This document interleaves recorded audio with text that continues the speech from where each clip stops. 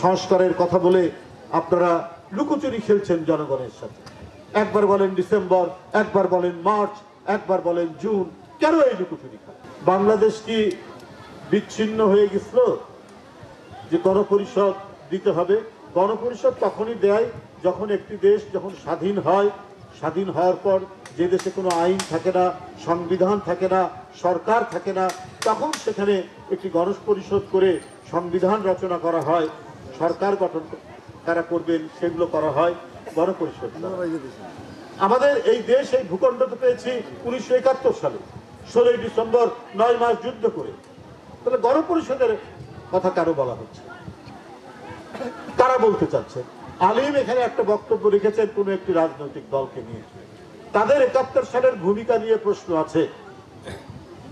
তাদের রাজনৈতিক দল 71 সালে অপরাধ করেছেন বলে মনে করে এখন 71-এর স্মৃতি ভুলিয়ে দিতে চান আপনারা? 71 তো একটা বড় অর্জন এই জাতির অর্জনকে ভুলিয়ে দিতে চান কেন?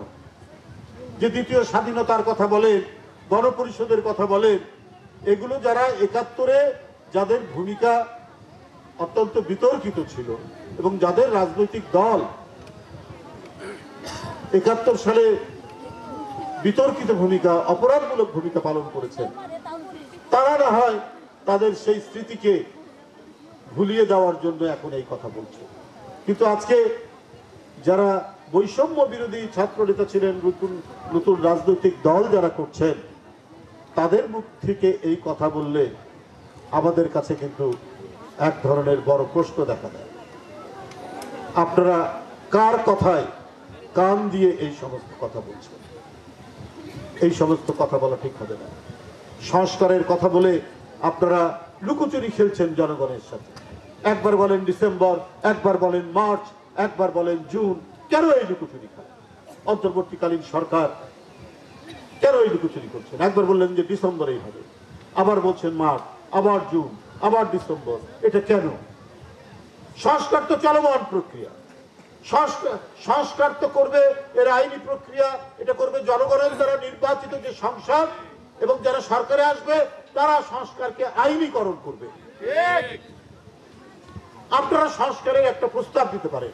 এদিকে 5ই আগস্ট থেকে 5 মাস, আর এদিকে যদি ডিসেম্বরও আমরা ধরি, তাহলে 1 বছর 5 মাসের মধ্যে কি কি সুপারিশ করা যায়, তো সেটা কি করা যায় না?